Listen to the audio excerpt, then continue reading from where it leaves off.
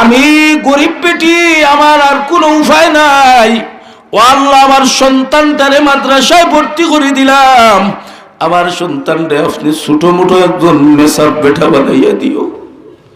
I মানুষের বাড়ি খাম খাজ খড়ি খড়ি আমারে মাদ্রাসাত পড়াইছ, যার জ্বলন্ত প্রমাণ আমি শামসুল ইসলাম। আমার ছোট খালো আমার মা মারা গেলাম, আমরার অবস্থা বড় খারাপ আছিল। আমার মা আমারে মাদ্রাসাত ভর্তি করে দিছেন ক্লাস 1।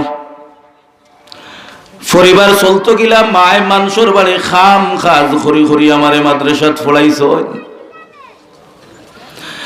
রাত্রিবেলায় আমার মা তাহাজ্জুদের নামাজ পড়িয়া প্রতিটা দিন আল্লাহর আরশের দিকে হাত উঠাইয়া বলতেন, আল্লাহ, আমি গরিব বেটি, আমার আর কোনো উপায় নাই।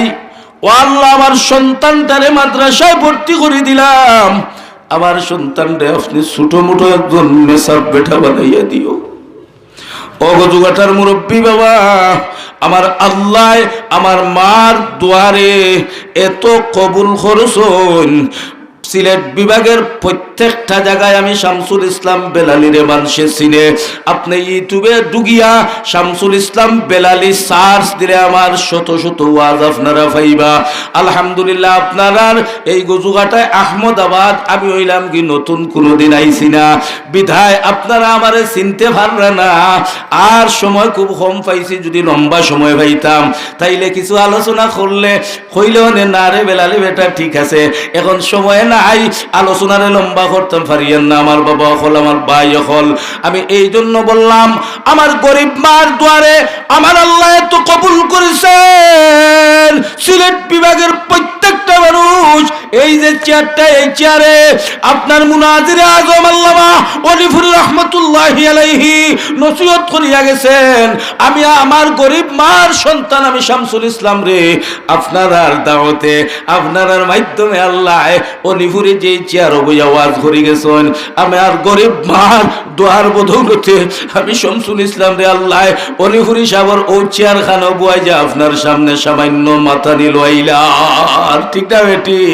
ঠিক। বিদায় মা বাবা হইলা এমন জিনিস, পৃথিবী বিখ্যাত নিয়ে যদি আপনার হক দোয়া করেন কবুল হইতে পারে, নাও পারে, কিন্তু আপনার গরিব মা যদি কাফিরও হয়, মুশরিক হয়, আর আপনি মুসলমান হন, মুসলমান সন্তান লাগে যদি আপনার মা হাত উঠাইয়া দোয়া করে, আপনার হক আল্লাহ সাথে সাথে মাই বাবার দোয়ারে কবুল করে নে। সুবহানাল্লাহ। এই জন্য আমার আল্লাহ বলেন, বান্দারে আমার ইবাদতিটা ফরজ করে দিলাম, আর তোমার মা আর বাবার খেদমত রে ফরজ করে দিলাম।